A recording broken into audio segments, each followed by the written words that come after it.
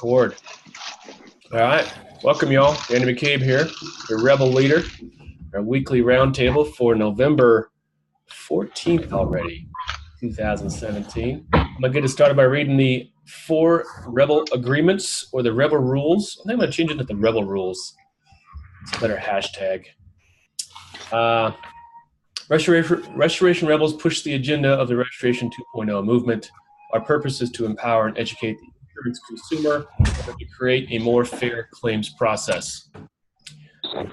Rebel rule number 1, I will protect the value of my services. I will never provide free comparison estimates, as these only serve to erode the value of contractor services industry-wide. Rebel rule number 2, I will practice incredible transparency and honesty in my communications. I will explain our processes in detail to my client. I will never hide details or manipulate reports. I will never communicate with a third party without also communicating with my client. Rebel rule number 3, I do not believe in competition. I will be an active member of the restoration community. The restoration market are part of my community. It is our unbreakable unity that will create the change that we strive for. Agreement number 4, I am willing to walk away from any project, client, or contract that is not compatible with my company personal values or stated mission. No relationship is worth taking part in if it requires losing money, sleep, or my humanity. All right. Welcome. We got everyone here. It's a party. It might even be a quorum. We got everybody in here. So I want to start with a little bit of a rehash or a debrief on the RIA TPA Summit. Unless somebody else has some really, really important stuff to talk about first. Anybody want to get anything out their chest right out of the way? You know, tears, complaints. All right, good. So here's the bottom line. My takeaway of this event. There is an attitude amongst the TPAs that we need them. We need them to do our marketing for us. We need them to tell us how to do our jobs. And we are better off paying them a percentage to manage us than to go out and get work on our own. Now, there were 2 TPAs, Oriole and Contractor Connection, that took a little bit of a softer stance. And I believe that's because they see the future, and the future may or may not include them, right? But above and beyond, the first day was, hey, this is how you can adhere better to our rules. And we heard from some contractors who do quite a bit of program work, and none of them were able to answer any of the pointed questions that I posed, to my satisfaction at least. And so it hit me morning of day 1, halfway through the morning, it really hit me that this model is broken, and it's only a matter of time before it completely fails. So we have Oriole, who is taking a different approach to the market, and I'm gonna take a wait and see approach and see how they come at things. And man, Andrew McCabe keeps trying to get in here, but oh well. Let's go there. Okay.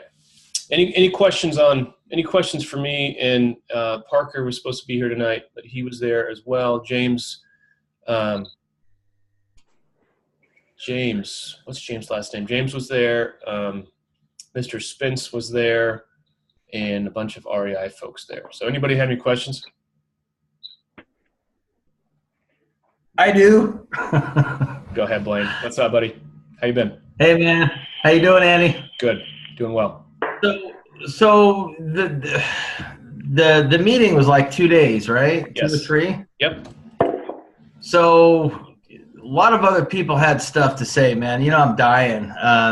I really would like to know what the final outcome was. What are you thinking?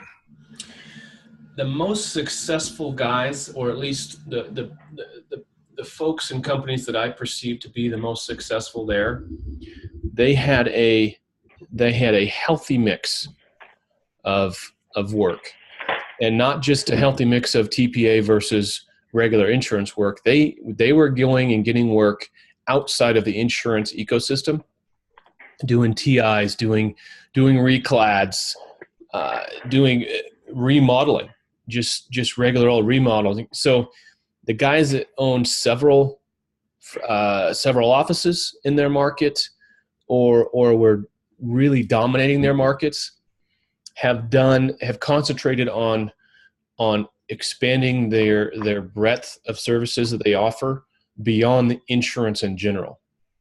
And then even those guys, they were doing 5, maybe 10% TPA work, usually less, 5% or less. So my takeaway was TPAs serve a purpose to bring guys on board into this field that don't know what the hell they're doing. But once you know what the hell you're doing, get the hell off the TPAs.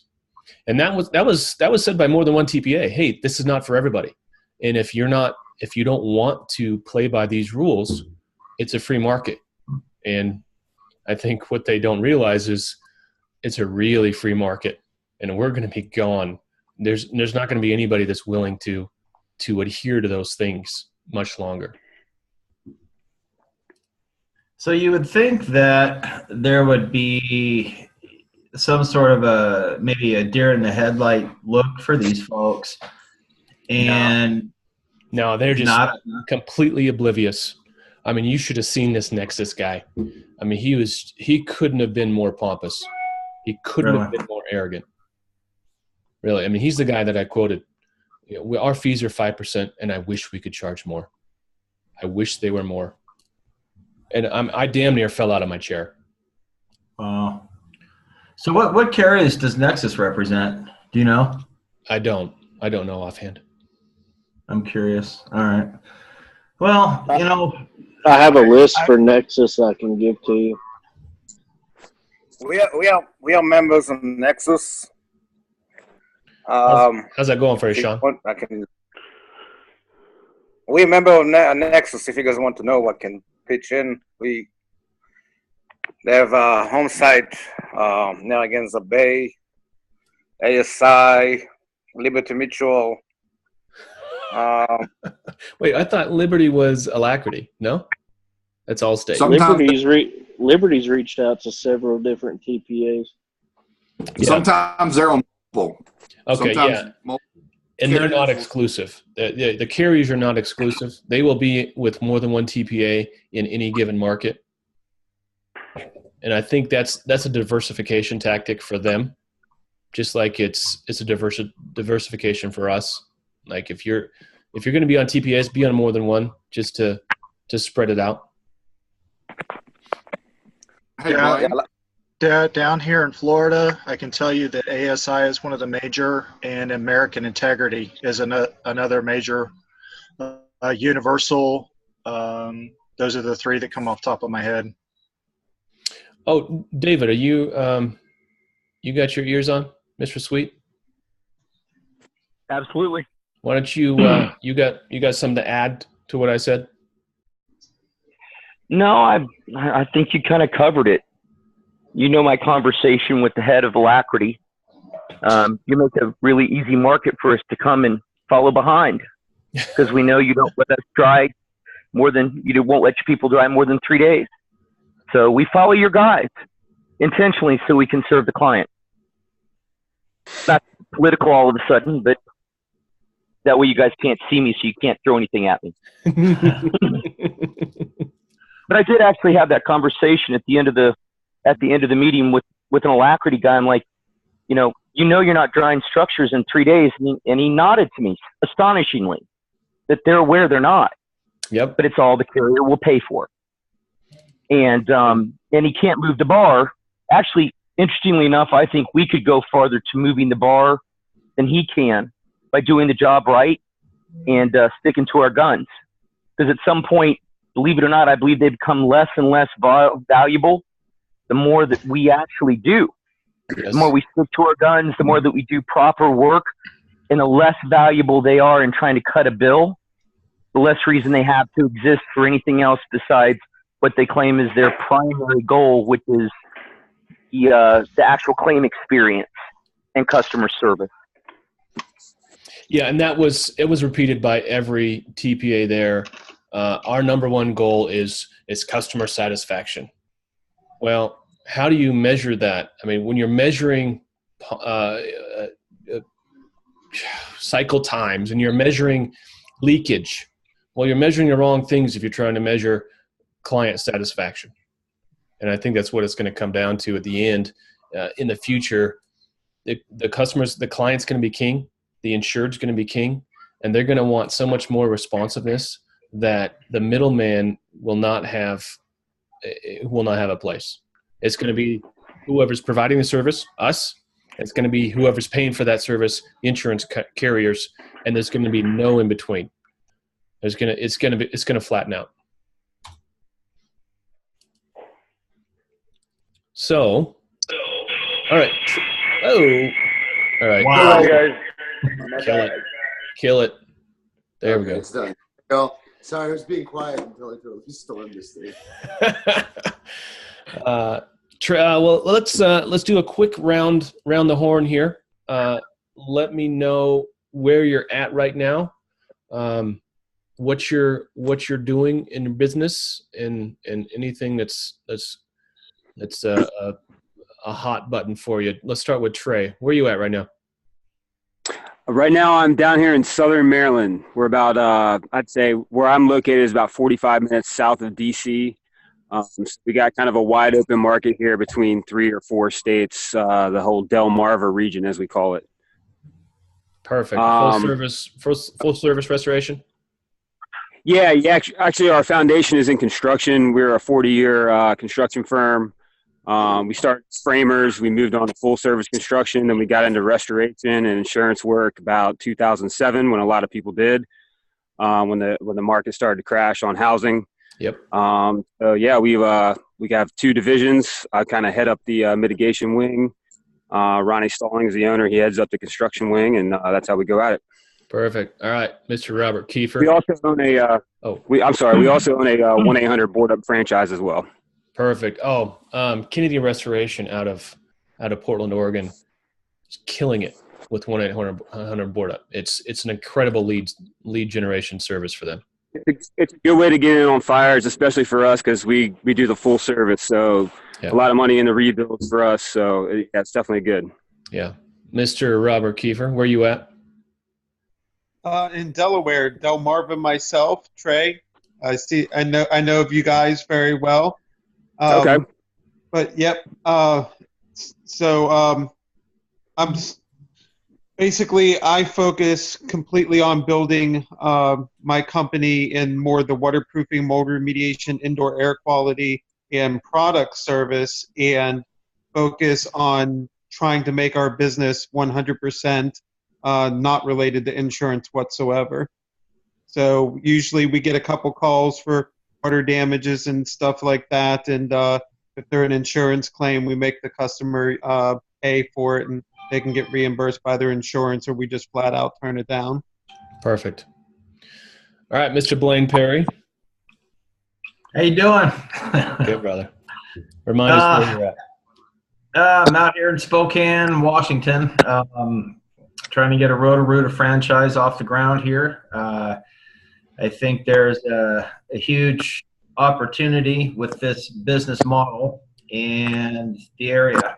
So we're doing our thing. We do a lot of self-pay business. We do a lot of work with carriers. Not on any programs, not going to be on any programs, no interest in any programs. Done that for 20 years, and I know the game, and I'm going to change the game a little bit and do it better. Good. So good. That's me. Mr. Danny. Hey guys, here in Orlando, Florida.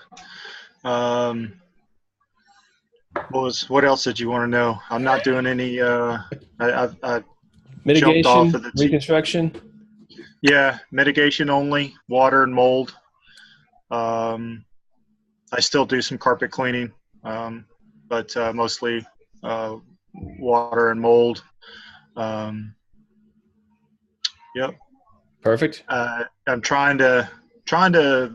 just soaking up as much information as I can out of the group, looking at all the different perspectives, taking like some of the questionnaires and some of the information, and I think I'm going to put together a packet that when I do go out on a water loss, and just have my for lack of a better word, my script ready to go to prep and educate my client up front.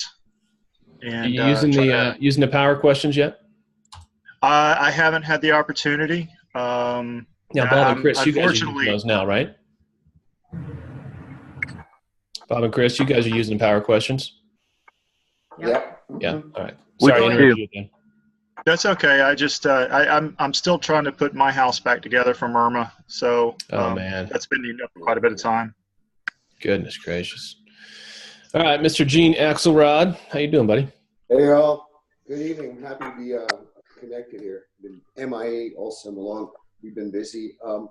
Just real quickly here, we're in New York and New Jersey. It's a real tight area. Just trying to scale this industry, breaking into it, trying to see where our strengths are, where weaknesses are. We're coming up on a year since I've incorporated and actually branched out and done my own thing. Good for you. It's going to be year in January. Real excited about that. Took a beating, taking one, kicking ass, pardon me, kicking butt while we're at it. Let's be clear. I don't care what language you use. Some people might. New York, guys, so F-bombs are like good morning to us. Good morning. But whoever posted that today, we all have to be gentlemen. Good. Well, welcome to the party. A year in, you don't know what you don't know yet, but that's why we're here. We can hopefully even out that learning curve for you and learn from our pain without having to go through your own. Well, I think a little pain on your own is good. You got to learn the lessons the hard way sometimes. Sometimes, just not the deadly ones. Not the I just spent $1 million and I'm not going to get back type of thing. No go. Mr. Bob and Chris, how are you? Good to see you guys. Where you at? But we put a packet together. I don't know if you can see this or not. Wow. This is what we hand out when we go out to every claim. Inside. That's like $10 worth of stuff. I like that. That's nice. Love your customers. We have our questions. I don't know if you guys can see this or not. No. Probably not too light. Okay. A contract, a listing of New York State regulations for doing insurance work, a little envelope for putting your receipts in for the homeowners. Nice. And our contract is in there as well. A copy that goes to the homeowner as well. So they get the whole packet. And you guys have a schedule of fees in there as well? I do not. Being up front, I've talked to a couple attorneys about it. They told me that's not an issue. So I'm kind of on the fence on that. I'm not sure what's right, what's wrong. I'll tell you, from my 15 years or 20 years of experience, whichever starting point you pick, I had more success getting paid when things got weird when I had a schedule of fees up front. It's always a fallback. It's always we don't think you should charge that. And it comes down to, this is the contract I have signed. This is the signature of your insured signed this $75 a day for air mover. Yeah, I wish a DHU or whatever else. It's your fallback position. And if you don't have it, your fallback position is Xactimate, and that's not a good fallback position. So that's my experience. Ours are carbon copied and require a signature. It's part of our package, Right, and it doesn't have to be all inclusive. You don't have to list 20,000 things, but you need to list 50. that are the mainstays of what you do, and everything beyond that, you can send them to a link on a website somewhere. I'm actually going to put that together, so I have a schedule of fees on my website that I can just put a little small link, a shortened link, and send people to, anything else not listed here is listed here. So, Mr. Clark Brown, tell me where you're at these days. I am still in Richmond today. I was in DC all day looking at a mold job. Restoration, reconstruction, mold water, a little bit of fire. Fire seems to be heavily a program operated entity in these parts. We obviously are a plumbing, HVAC, electrical company. So when people have 3 inches of water in their house in the middle of the night, they think, oh, I've got water where it's not supposed to be. I better call a plumber. But when they have a house fire, they call 911 and then they call their insurance company. So if you're not chasing fires, in my mind, unless Bob's told me about kind of buddying up with the fire departments, we aren't pursuing fires right now. But things are good. I'm looking at some I just got my proposal for some new software that I had to sign a non-disclosure right now, but it'd be a pricing guideline. But if I sign into it, I've got availability to show some people what it looks like. But it's still in line with our line item pricing. Anybody that just doesn't know, our business is treating restoration like a service call for a customer, much like you would call out a plumber, HVAC, pest control, or whatnot. What's that? I like that. Well, it's getting out of the mindset that you have to rely on your insurance company, like a good neighbor, in good hands. I'm just trying to change that whole mindset with the customers. Like, your insurance is not there to really take care of you. You might get lucky and have a good agent, but your adjuster is not necessarily the bad guy, but just know where their interests lie. Exactly. So we have that conversation all day, every day. Perfect. Win some, lose some. Other than that, I'm good. Yeah, you are good. You're the man. You're the man. I just gotta say it in a public forum. Not in private like last night. Even with the F-bombs in the room today. I'm gonna get real rebel real quick if we start doing that. Real Randy. Imbar. I don't know your name. Who's Imbar? It's Mike. Mike Barr. Mike Barr. How you doing, buddy? Where are you from? Delaware. Dover, Delaware. What you doing? I own a restoration company here, Salt Lake Restoration. I worked for ServPro for years and years and years, and I bought a franchise called Puro Clean, which was I wouldn't do that again, but I sold that and started an independent company out of Delaware. Dave Meyer. Join the meeting. Perfect. All right. Well, you haven't heard from Mr. Sweet. You want to introduce yourself real quick?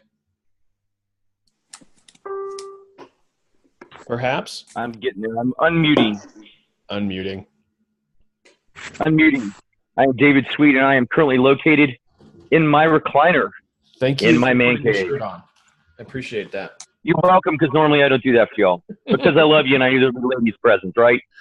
We're a full-service restoration contractor in Tampa, Florida, and of late all over the state of Florida, as we keep getting calls from every place to go fix messes.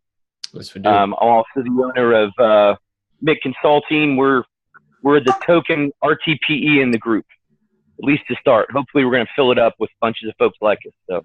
Yes, and if we have time tonight, we'll do a quick review of the RTPE program, the Registered Third-Party Evaluator, coming out of the Ken Larson Science Club over at the RIA. Let's see here. Who else? Haven't heard from Aaron Hopkins. Wait, did we hear from Aaron Hopkins? Aaron, you Not yet. All right. Introduce yourself. Where are you from? What are you doing? Aaron Hopkins. I'm from down in Virginia. Full service restoration. We do rebuilds, water, mold, fire, I do contents, electronic cleaning. We've got into laser cleaning in the last 2 months. How do you clean lasers? We clean with But we clean with lasers. You can look up GC Laser Cleaning. That's who we use. He's a good friend of mine, and we are getting ready to purchase our own and start getting into that field. perfect. Thank you, sir. Thanks for coming. Welcome to the party, Mr. LGK10. Who's that? Over here, brother. Brett. Brett, where are you at? Yes, sir. I'm over here in LA. Gangsta land. Sure, yes, sir. So I do basically water damage, mold remediation, emergency services for the police, board ups. I do anything from pack outs to fencing to high risk, basically foreclosures and stuff. Nice. REO's big market. Okay, Mr. Sean. Sean, you haven't introduced yourself yet. Mr. Quiet guy over there. Sean Ivory. Yeah, I'm here in Jersey, Central Jersey. We do full service restoration. We do contents. We have an ultrasonic system. What we do these days, we're chasing after money and fighting insurance companies. Yeah. So you're a full-time collection agency. Not me, but the office work nonstop on that subject, getting all those email, link services and all that they got to. You have a special Eastern European gentleman you bring over for those things, right? He carries a bat. We call the Russians. Exactly right. Don't you know who I am? John, if you'd like a little help with links, I can help you with them. You can give me a call directly. All right, I will do it. It's a constant battle, They send it back to the carrier. They're not paying for this, don't paying for that. We actually we have a lot of success. We changed the supervisor line item to lead tech charges instead to call it supervisor. And it seemed like it's going a lot smoother than supervisor. What, you're charging? Yeah, because the rate's half. Wait, is the same rate? Different rate? The same rate, just change the description from supervisor to lead tech. Nice. And up on the supervisor on the term, so you put a lead tech. They swallow it a lot easier. Whatever we got to do. All right, Mr. Dave Meyer. Long time no talk, man. Yeah, I know it. Me and Jennifer are in, where are we? We're in Fort Worth, Texas. Do you guys ever work? We No. went from, what's that? No, we went to. No, they never the work. last month we haven't worked. Travel professionally for a living. That's what I've been doing. So, just trying to gather information, So, no, we went to, so we're at the PIRC meeting. And tonight is I stepped out to hop on the call real quick. Tonight is just a reception. And so we spent the last couple hours talking with pretty much CPAs or with vendor or I guess managers for larger restoration companies like Jenkins, API, that manage the programs for those companies that are on the TPAs. All right. So, tell us all what the PIRC is. So, what does it stand for? I don't remember exactly what it stands for. Property Insurance something conference. But essentially, it's so you can look it up. But essentially, from what I understand, the gal that is the kind of administrator here, her name is Jordan. She came from the collision industry. And so auto collision industry, and what this group did, it's an independent group that helped to bring standardization and discussion around the issues in the auto industry, and resulting in change that both sides wanted. And she's been doing this for about 18 years. So, Right. you know, in the last 2 years, they've started to work this same model for the property industry. So this is the third meeting that they've had, and there's probably maybe 30 people that were at the reception tonight. Most everybody is, I would say higher up, right? They're people that they're not in the trenches of our industry. I did hear your name brought up a couple of times, Andy.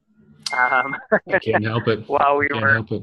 yeah, while we were, I mentioned contractors, like how contractors feel, and on the contractor side, there's a lot of feelings, and I started talking about them, and gentleman from Alacrity goes, Is that McCabe? Is he the one that's bringing all that up? So, but no, awesome. I think it's good, because what I'm seeing is, like, one of the reasons I wanted to be here is to help represent, like, what a small restorer has to say, and does any, you know, is there a place for it? And you know, so this forum is supposed to be a little bit different. It's supposed to be where everybody's kind of like a roundtable discussion, and rather than just them answering questions or one party answering questions. And so far it's been good to be able to have the discussion and that. So I'm looking forward to providing feedback when it's over. Did you ever talk about cars that go through buildings and what they're going to do? Say that again. I didn't hear you. Did they ever talk about cars that go through buildings? Is that an issue? Cars that go through buildings? I don't know. He's just giving you a hard time. Well, what I heard, my understanding was that it is one of the things that actually saved the auto repair industry from going completely to the dark side. And I see that as a good thing. I see that as, you know, yeah. My whole thing, my question for the last the 2 days I was in Nashville was, why are these guys not banging down our doors right now? If the carriers really wanted to know what's going on at the grassroots level, why haven't they asked? And that's what I see. Well, and I think IRC doing. I think. Yeah, and I think what's happening is they from my conversations with I was talking with Bill from Alacrity, is the carriers they don't care. The carriers don't care now that like Alacrity is, and you know I believe him when he's saying this, as you know, we right now as contractors are lumping them all into one bucket, and you know there is, I think that we're, you know, just from hearing what he had to say, I'm curious to see tomorrow, should they all be put into one bucket? As he said, he's like, we're trying to make a profit. We're trying to keep our business model going and make money. But as he described it, the carriers don't care. And unless they can show the carrier huge savings, they run the risk of losing their client. The old model of, you know, the relationship and it being good for everybody is just that's not right now what's winning out between the carrier and the TPA relationship. What's winning out is the code blue model of pushing, like, hey, we can save you 30% or 40%, or we can save you this, and then just take it from the contractor. And so it's all about the pennies right now and saving the money, and the relationship is not there. And so, What's your you have a flavor for what the contractors that are in attendance, what their temperature is? You know, so far I've met about 8 people. I'm gonna get off here in a couple minutes and step back into having dinner with them and try to meet some more. But the only ones I've met that are contractors are offices that, you know, where they have 15 offices or 25 offices. So, they're like who was it? ATI. He told me, he said 30% of our business is program work, and it's volume based, and the way that we make up the difference is on volume, and we put our less skilled workers that don't cost us as much on those jobs. Yep. He said the rest of our business is commercial or direct based work. He said that's where we put our higher skilled workers there. He said, so we'll make money on the guys that are just getting in the industry. He said in a lot of cases they don't even have certifications. He said, because we don't want to have to pay them more money because we can't. Exactly. So, I think that when my first thought was when I hear a claims representative say, well, shouldn't everybody on the job be able to do this? Shouldn't everybody be certified? And pay me. And that's just not. Yeah, so they're finding a way to cut costs to make that up in the volume. But what I think that they're watching the market too. Mm-hmm. If you're a big company and like what is it, Jenkins? I think I heard they are 95% of their work or 90% of their work is program work. If you're a big company and everything is in that basket, you're not going to be able to be a rebel. You're not going to be able to stand up 100%. You're going to watch what's going on in the market, and you're going to hope that there's change from another side. And I think that we represent that, and that's what I've seen just in here. I was at last week. I was at a business planning retreat with Chuck Violan, and he's currently the president of RIA. And he was talking to me about the summit or the TPA meeting, but he knows there's a lot of change that's needed, and it's not going to come just from the RIA. And so, it's really good to see involvement from every part of the market right now. So there's so many things that we can do as independent rebel restoration guys that those guys cannot do. And from my seat, what I see is a complete tunnel vision when it comes to the TPAs and guys that do TPA work. They can't see this far ahead of them. They cannot see in the margins, and they cannot anticipate the market. What we can do is raise our prices and not adhere to their rules, and all of a sudden we're making 2x profitability compared to the program guy that's in our market, and it's just a matter of time before he's dead, because we're going to run circles around them because they're making way more money. We may be doing the same volume. We're going to be doubling their profit margins, which means we're going to have better trucks, we're going to have better equipment, we're going to have better paid employees. And at the end of the day, it's going to come down to customer experience. And when you have more money, you can give a better customer experience, and it's going to win. What's being played right now is a short game. It's a quarter by quarterly profits game, and we're all feeling it. And it's just not a long game. It's not a long term. So you got to get back in there. Any parting words? Yeah, I just want to, I think it's important that we recognize, like the guy I was talking to from ATI, I asked him about his price list. I said, there's no way you can be doing that commercial work at the exact same prices. He said, no, we have our own, and I was talking with him, and Alacrity at the same time. And, and so ATI, that was, can't remember the guy's name offhand, but, he said, no, we have our own price list for direct commercial work. So, 30% of their work is program work. They're following the rules. They're doing all that stuff, but they're watching the market. And they're not making the profit that they're making on their commercial work. So I think that we as companies have to consider, what's going to work for us in our market right now for profitability for our business and for what we see coming up. Because there are companies that are doing a lot of program work still, that they want to get off of it, and maybe they do go from 70% to 60%, to 50%. We got to start having. I think that the biggest thing is a call to action to say, what are you going to do to anticipate the next move instead of wait to react to it. Yep. So. Mr. David Sweet has his hand up. Wow, how polite of you! All right, I'm gonna get off the call. So, all right, David. I appreciate it. I'll talk to you guys soon.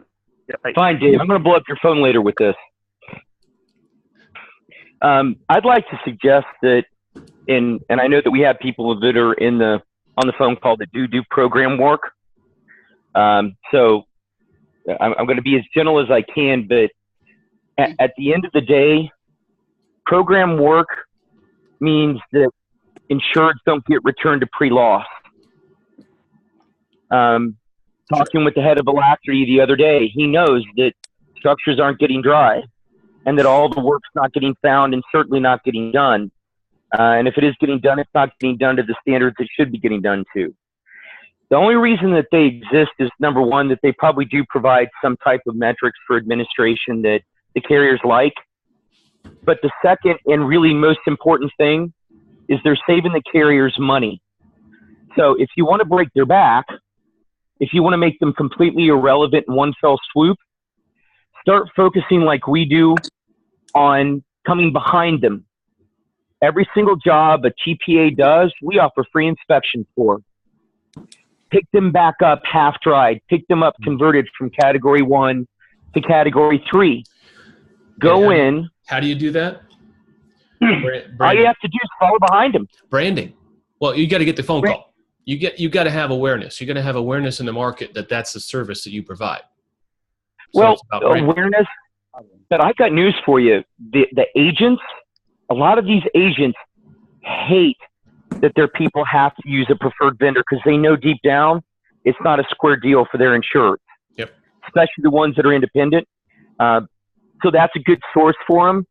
The plumbers that are on the job, we have a secondary plumbing referral program for plumbers that refer us on jobs where they know there's preferred vendors. Not what we pay them for a regular job, but we pay them for the second. Sure. What I'm trying to suggest here is that this is exactly what I told the guy from Alacrity. All I have to do is come behind you, and there's going to be a $30,000 to $150,000 job because you didn't dry the structure properly. Because he can't. And my market is coming behind you. And I said, look, I understand. I wish, and I bet you did too, that you were allowed to dry the structure properly. The difference is I'm willing to take the economic hit to do it right and be unpopular for a while where everything else gets caught up and made square again. You guys can do this, and you can take away the TPA's validity. Because if every time they make a TPA successfully execute a 3 or a 4 day dry, you're coming back behind them, and you now have yourself a much larger Category 3 loss with microbial amplification. And by the way, they're on the hook at that point. The carrier is now liable because it's their relationship, their TPA, their preferred vendor that sent it out. Now there's no policy limit. There's no $10,000 mold limit. There's no policy limit. No nothing. All right, Clark. What do you got, Clark? Sorry, apparently I overstepped my bounds. Clark, what? Well, I want to move along a little bit. I mean, okay. I don't want to spend all our time talking about. I know it's important, but the TPAs and programs. I like you just brought it up. We've got to talk about what's going to move us. We're not going to. Yes. We can make a little dent in the chip and bug them. There, I think earlier in the call, Blaine, I wanted to chime in. Is I think that there's enough new restoration guys, and I think some of them were in our group in the last couple of days that don't know anything, that they're going to go straight to that pile. They're going to go straight to the low-hanging fruit, and I think there's enough new restorers coming in to grab onto TPAs that are going to be existing for a while. But I wanted to talk about, Andy, you and I have a new common friend, and you met with him this week, and he and I were having a conversation before the TPA event, okay, the RIA event, Mark, and we're talking about the how we think that some of what Kevin talks about, how claims are going to change in the next 3 to 5 years and things like that. And he had an interesting point. I don't know if he's right, but talking a little bit about what David's talking about is the one factor is the mortgage companies. They still hold a financial stake in the homes that aren't going to let people get a check and not mitigate their losses, because that property needs to be held with some equitable value. And I wanted to see what everybody thought about the place that plays into the whole thing. Is there's always going to be another party, which is a mortgage, which probably arguably 93%, 95% of people have a mortgage on their own domiciles. They're not going to let homeowners just take a check from a Lemonade or from a new Uber of insurance and just get paid out because of an app on your phone said you had. Yeah, they're still going to be named. They're still going to be named third party or fourth party on a check. And just to back up one little bit, keep in mind that if you have a scarcity mentality, this is an either or decision. If you have an abundance mentality, there's always more work to go get. TPAs only account for 20 to 25% of the entire insurance market. One of these TPAs put up $40 billion number as far as the total market in the U.S. Well, that's short by almost an order of magnitude, because it doesn't count everything that happens outside of Xactimate, doesn't count everything that goes commercial, doesn't count a lot of things. So there's $300 billion worth of restoration to go get in any given year. This year it's going to be $400 or $500 billion because of the 2 hurricanes. There is always more work to go get. We don't have to concentrate on fighting these guys in their rules, in their ballpark. We make our own ballpark and we go get that work. And I think that's a lot where you're headed, Clark. We can differentiate ourselves, go find the blue ocean where there's not competition, and go get that money and go get it. So anybody have any input on the mortgage companies? My opinion is, or my experience is, it's a pain in the ass. It's a pain in the Andy, ass. I'm not even, if I could interject, I'm actually kind of curious how many people who are on the call who actually participate in TPAs. I've got clients to do. Do I do quite a bit of TPA work. Yeah, we last TPA situation or any provider network we were on was PSP, and when that broke up and was reformed, we let go of all that work. Sure. Well, I think there's a place for it. I think we said early on, and I still agree, that if that's where you're surviving, if that's your buoyancy now, nobody here is saying, hey, jump off of it to be part of this group or any group. I think it's a survival, and if it's, I don't know if I'd have written that down, Gene. I'm sorry. You see that, Clark? Code Blue. He's on Code Blue. Jobs, we're done. Don't call me anymore. Yeah, Code Blue is pretty bad. Hey, so does anybody want to know? I want to move along if it's okay. I'm going to jump off here pretty soon, but first off, next Wednesday is our call, but Thursday's Thanksgiving. Are we going to try to have a call? Are we going to have any participation next Wednesday if people have family coming in, or what do you think? Well, I'm hoping to move this call to every Tuesday because Wednesday is just not working for me. Chuck, your parole officer has got you on the down there. Yeah, she laid it down. Okay, Tuesday. Everybody good with Tuesday? Maybe even we'll ask whatever the group. Maybe we won't. Tuesday's good. Does anybody know what the biggest post was? Actually, of the whole group, the biggest post that's gotten the most comments, the most attention. It's what we were just talking about. It's as much as we think we all want to talk about TPA programs, people are looking for a way to do a better job. And I'm not going to say this just because it was my post, but talking about the insulated soffit covers as a giveaway for your courtesy inspections, there was 108 people. 108. Now, so it got pretty wild. One guy got in there and said he would never do anything to prevent a water damage, and I think that's too much of a rebel. But I think that's speaking to this group needs to be about the constructive side. You know, not kumbaya around the fire. We're obviously going to have our fights, but let's talk about things that are going to move the needle forward, not dwell on the going back. And I don't know. I'm kind of in a mood today I think the positive stuff. I think the positive stuff, a lot of people take away a lot more for it. We garner a lot more synergy from it. And yes, you know, we can't always work, but I think more of those things about what you're specifically doing to you know, your power questions. I want to start seeing some people that are using it. We've implemented it, but I don't have any feedback yet. But I want to see people saying, "Hey, this turned into a positive thing." You know, It's working for us. is it? It is. I mean, we've done that for quite a while, but having them written down and included in even our DocuSign package absolutely is working for us. Cool. So along those lines, I did write down. What did I write down?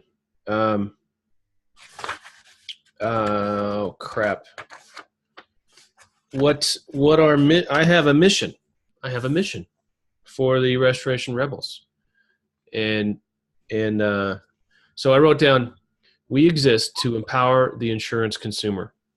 We empower the insurance consumer through transparency, advocacy, outreach, communication, and unity. And I count us as insurance consumers as well as contractors because we consume the product of insurance. Forming them of their rights as an insured. You got to be careful with that. Empowerment and education. Empowerment and education. We can educate them. Yeah, the rights and policy language we do have to be careful of. You're right. But then the restoration. I say you'd be amazed what you can say if you know how to say it if you know how to say it. And then the overarching Restoration 2.0 movement exists to promote the success and survival of the restoration professional. And there's a list of things of what and how we do that, but that's our why. We exist to promote the success and survival of the restoration professional. So along positive lines, along what can we do to help each other and educate ourselves to bring this, rise the tide to float all boats. And I think you're exactly right, Clark. Positivity, affirmation. Go back to the old ways. Say that again? Go back to the old ways, like the cowboy days 10, 15 years ago, when they didn't even know what they were looking at. Well, just go back to helping each other. I mean, I used to have tighten everything up over time. I used to have relationships with 3 or 4 restoration contractors in my market because we all specialized in this little thing, and we didn't get mad if somebody else dried a job out, but I'm the mitigation guy. It just happened, and we had this relationship. One of the positive things we can do, and one of the things I want to focus on as a group, is pricing feedback. There's no negatives to pricing feedback. You are putting your proper costs and proper overhead and burden into Xactimate and providing that feedback back to Xactimate to give them a realistic picture of what things actually cost in your market. And I'm going to hit this home until we all start doing it. Is Ben Jessison raised his rates in his local market by $20 an hour in less than a year. We need that money. That's something that TPA guys can't do, program guys can't do, because they're locked into a price list.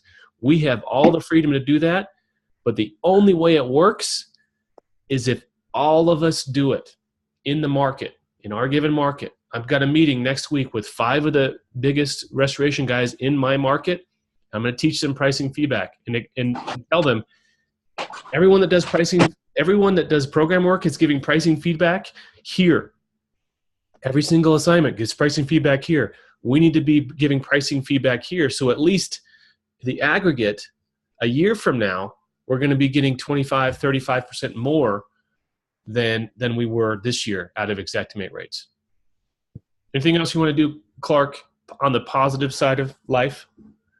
Well, I'd like to know how I can help with the feedback. I don't use Xactimate, but how can I believe in that, and I think that is the most recognized pricing platform in our industry, and I think it's going to only make it better. But maybe some of you guys tell me how I can contribute or help with that. I mean, I don't use it, but I'd like to be a proponent. I'll get a tattoo that says feedback rules or well, there's a lot of guys that don't understand how to arrive at their own cost structures. And I think you could sit down with some guys and say, hey, talk to me about your labor rates. Let's go through, how do you figure your burden? How do you figure your efficiencies? And Andy? Yeah. So Ben, I don't remember his last name. Justison. I emailed him this week and asked him for that formula that he taught us at the summit. He was supposed to email me he was just going to email me the presentation. I know he was at the RIA thing. Yeah, now he's going to Dallas, so he's a busy guy. Yeah, so I'm gonna send him, but I know that there was some talk of you guys posting some of the presentations from the summit, the group page. That we were going to. We were. Okay. The audio and it just turned. It's crap. It's really hard to watch and really hard to hear. So I got to spend some time doing some edits. Any of that information, like his presentation, specifically that formula, those kind of things that would be very helpful, because I want to go on and create my own price list and start getting those feedbacks as I move into the new year. Sure. And as far as Clark, that it would be an added expense. Your company could probably do so, but just pony up for the cost of Xactimate, and even though you're billing out your system, you could just go ahead and create an Xactimate and upload it, But it would just be for your benefit of I don't think his company's going to do that. They're just there's no way. Okay, he asked, and so that was the only answer I could think of. Yeah, thank you. And I was I did ask, and I was sincere. I would have to train my technicians are my estimators. I would have trained all of my technicians to do that. And the way we're set up, how much does Xactimate cost? $2,000 a year per user. About $1.70, $125 to $1.75, depending on whether it's professional or individual per user ID. Yeah. Yes. I have 42 techs. I would have to centralize that and put 2 or 3 estimators in place, and I have to pay my techs less, and they're going to leave and go to work for Blaine. Or 40 or for Robert. They're going to work for Robert in the crawl space industry. I know he's hiring. Oh, yeah. Do what now? What did you say? Send them my way. Right. Okay. Listen, I'm serious. I know that's important to 3/4, probably 80-90% of everyone here, and I want to contribute, but maybe that's just not my strength in the area, and I can help. But I will. I'll help in any way I can. Because talk about the call tomorrow, Andy. Just again, I wrote a question here. What does everybody want from this group? I mean, we talked about it, you and I, the other day. We would be confetti. We crossed 1,000, but what does the number really mean? But what does me and Blaine and you and Danny and Gene Axelrod, what are we? It's real easy to lose our focus, and I think that's what we're going to talk about this week is staying focused in a few things, not 1,000 things. Sure. And I guess I'd like to know from General Rebel, the whole populace of all 1,100 people now, what really is important, because we kind of know what's important to me and to you and to Blaine and stuff like that. But if we are moving into more of a counseling type of thing, and we're trying to lead a boat down a path, I still want a lot more influence from other people. But what's important to everyone? Hey guys, can I say something just real quick? Sure. Yep. All right. So what I see, and I think this is really important because we got to start somewhere. I see a lot of focus on price and a lot of focus on that aspect, and that's an important part where we want to charge more and all of these different things. I think the focus needs to be on the quality of the product. And I'll refer to Robert Kiefer, who does freaking Vincent Van Gogh stuff in a crawl space. My hat's off to you, man. I'd never seen anything like that, and you guys are rocking it. And that's what needs to be brought on a water job or a mold job. That level of quality, that level of focus for the customer. You bring that kind of stuff to the table. Door runners, carpet film, booties, containment, clean. You know, you come into a disaster and you leave a spot, you know, even in the middle of demo, clean like that. I think eventually, compared to the people, well, at least in my area, because I do go behind a lot of those, and it's horrible. The workmanship that I see out there. Some of these companies don't even obviously own chalk lines, for God's sakes. Mm-hmm. So, but don't they burn out? I'm sorry to cut in, Blaine, but wouldn't companies like this usually burn out? I mean, granted, I haven't been into restoration independently for less than a year, but this isn't my first rodeo in business. And if you come in like with craft, like with surgical precision, your service exceeds, you know, your reputation goes up. Then you've got your guys who come in and do a slop job. They tend to be the guys with lower standards, lower moral intentions, and they burn out. And then there's a market for those slop jobs. Like that may be so. That may be so, but they also lower the bar in pricing for all of us across the industry as a whole. That's the problem. For sure, that's exactly the problem. You know, at we the end have of the day when somebody calls you, you know, and they're trying to haggle you for price 30-40% less than what you feel you're worth, you just tell them, look, you guys want a slop job? Call Joe's Restoration or Pablo's Restorations down the block. You want it done right, you call the right place. And every 2 of 5 people that I tell that to, or I train my sales reps to tell that to, call us back. Why go do a cheap job? It's like working for the TPAs. So that's my 10 cents. No, I never focus on price. I never compare the price of my services to any competitors out there. You know, I've worked for companies, national franchises, green trucks, yellow trucks, black trucks. You know, I've been around a little bit, man, and I've helped a lot of companies, I think, see some things in a different way and help improve their operations. But the focus on who's doing what and crap, that, you know, that should never really come into the conversation. I don't bring that up when I'm in front of Miss. Now look here, I'm putting carpet film. No one else does that. I don't talk about any of that. I just let my work speak for itself. You know, and when it comes down to negotiating dollars, you know, I call it negotiating because that's what seems to be on the one end, not on my end. You know, the homeowner's behind me 100%. We have a survey they do at the end of the job, scale of 1 to 10, that's shared with whoever wants to see it, with the customer's approval, of course. But my workmanship, I'm proud. You know, I have no problem with any of that, and there's a value for that. I didn't just start this last year. I didn't start this 5 years ago. I've been doing this stuff for 20 years. Been crawling through crawl space. I've dealt with rats bigger than a freaking alley cat downtown Seattle.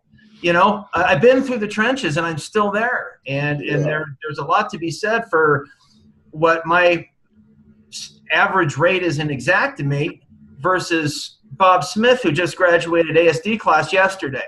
Yeah. You know, there's always room at the bottom, but that's not the game we're playing. We always want to be raising the bar, and we just don't operate in that world. We can't, as professionals. We can't call ourselves professionals and operate on price alone. I mean, we can't even price is secondary. If you're talking about price, you're probably not a good customer for me. I love that mantra. Yeah, I love it. It's not okay. It's if the first words out of your mouth are "What's this going to cost me?" instead of "How soon can you get here?" or you know, what is my job site going to look like when you're done, or you know, anything else. If the first words are "What's this going to cost?" I'll be like, yeah, I may not make it tonight. I'm sorry. You know, we got an opening at noon tomorrow. Don't call me in the middle of the night and start haggling before I even get there. We can do that as a group. We can raise the bar and decide. It's just an intention. This is my ideal client. You choose your ideal client. Because if you don't choose your client, they choose you. You end up working for assholes. And you train them. And you what? Say that again. They behave the way you train them to behave. Yes. You set your boundaries is where they'll observe them. Exactly right. Yeah, Mr. David Sweet is exactly right. We get what we put up with. We don't get what we deserve. We get what we tolerate. And we just won't tolerate mediocrity. And we won't get it. I mean, I can support every single one of you. If I see you stepping out of line and saying and going, man, maybe just one thing. This one time I'll cut this corner. I'll slap you in the face. We don't. That's not how we operate. We got to raise the bar. Yeah. Make your bed first thing in the morning. That's a great book. It's a good book, Gene. Yeah. Well, we just hit the 1 hour mark. Anybody have any just started burning questions? We just got. Hey, I'm here for a little while. I got to hop off another 15, but I got to tell you, this group we just crossed 1,100 members, and we're going to start to see some other opinions and some other points of view, and we need to be very cognizant that a lot of these guys haven't been here this year. What's crazy is this is only a year old, yo. This is only a year old. Can you get we're doing it. But we need to be cognizant of that bar. We just all agreed, everyone in this room and everyone on the phone, we just agreed we're going to set this bar high.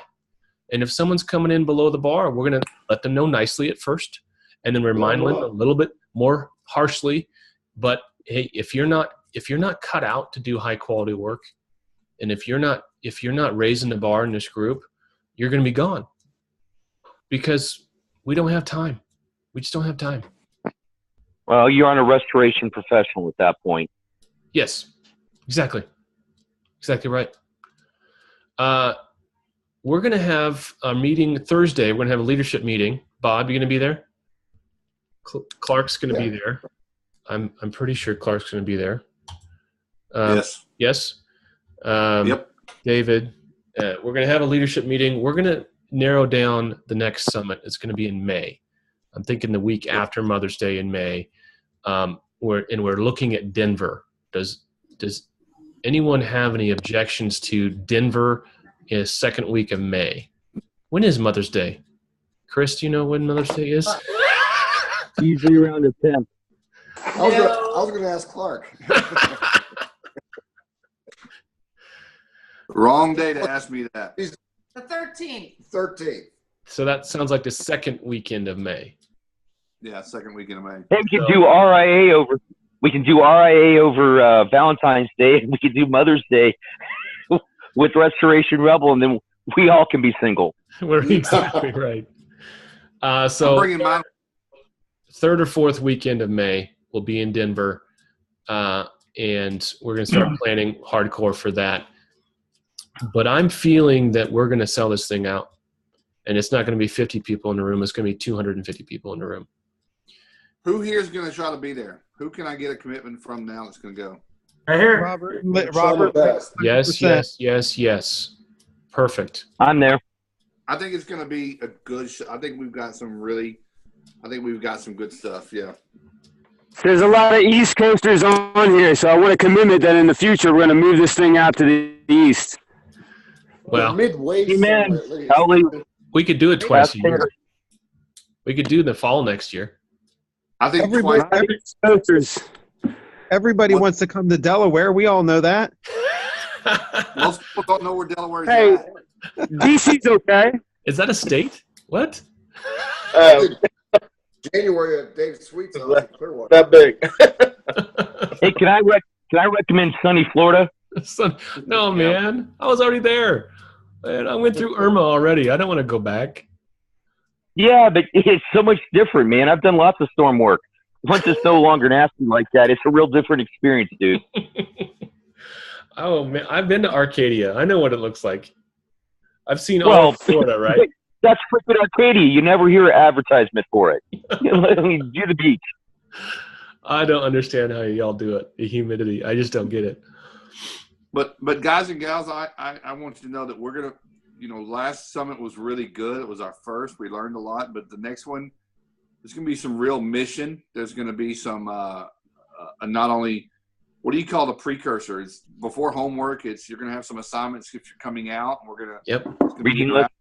There can be some small groups breaking off into smaller groups but I mean, I tell you what, I know for a fact, and I know everybody here, Bob and everyone, there's a lot of conversations going on between that were in the audience that have made collaborative marketing partnerships. there's a lot of people that were out there that have made some true friends, some true allies, and I think that's just going to expand. No, I agree. That's good. That's important. And on that note, I want you guys to think about who's in your market right now that you can reach out to tomorrow and take to lunch. Don't take them to lunch tomorrow, but reach out to tomorrow and say, hey, do you got time for lunch or coffee? Reach out to a competitor and make them not a competitor. Make them a friend. Make them somebody that you know that you can have a conversation with, because I see in very quickly, 3 years' time, this market's going to change so drastically. The only thing that's going to be recognizable are the relationships that we build. Everything else is on the table. Everything else is on the chopping block. We have to be able to rely on each other in the coming storm, in the coming turmoil that is going to be really strange. There's going to be things we just don't recognize. And we need to be able to rely on each other and have each other's backs instead of constant. I mean, outside of this room, outside of the rebels, I mean, it's vicious. I mean, I had a hard time starting conversations at RIA because someone saw me as dangerous or somehow competitive or dangerous to their worldview. Well, guess what? We are changing people's worldview. We are challenging their lens of the world because we see it differently. We can see further ahead, and we're going to have to bring those people in and say, you know what? I'm here, not here to kill you. I'm not here to destroy you. I'm here to help you. Let's do it together. People are afraid of change. Yes, they are. It's the scariest thing in the world. Hey, Andy, I want to let you all know we're having a Restoration Rebel Christmas party. Nice. And we're inviting all of our local folks from the Tri-County area over and down right around Christmas. We're going to do a little education and do a meet and greet with folks. I like it. So that we can begin to foster the relationships. You guys might want to see if something like that has some traction in your area. Hey, do a Facebook Live that night, David. You do? Oh, yeah, I will. You do a Facebook Live. I know me and Robert are planning a partnership weekend. We're trying to put together a weekend where we get together and kind of compare what we do and what we learn from each other. And I have coffee this week with another guy from Richmond that popped up in the group named Jason. He's been real active in the last couple of days. I can't pronounce his last name. That'll be the first thing I learn how to do is say it. But he's heavily on construction. He's probably got customers that ask him if he does mitigation. So he might have and I can give away half of my construction business because I really only do that as a convenience. So collaboration's going to be strong. Hey, where's Parker tonight? I don't know. I think he probably still thinks it's Wednesday. Well, no, isn't he? No, he's probably studying. He's getting his CR. He's doing a CR. He's getting a CR this week in Chicago. Here's a kid. What is he? 27? Yeah, 27. 27 years old. He started doing his classes, RIA classes in January. He's going all the way. He's going to have a CR this week. Less than a year. This kid is on fire, and he's passionate. And that is exactly this kind of kids we need to bring into this industry and set their hair on fire. I mean, he came in a ginger already, so his hair is kind of on fire already. But he's amazing. And we need to seek out folks like that and bring them into the fold.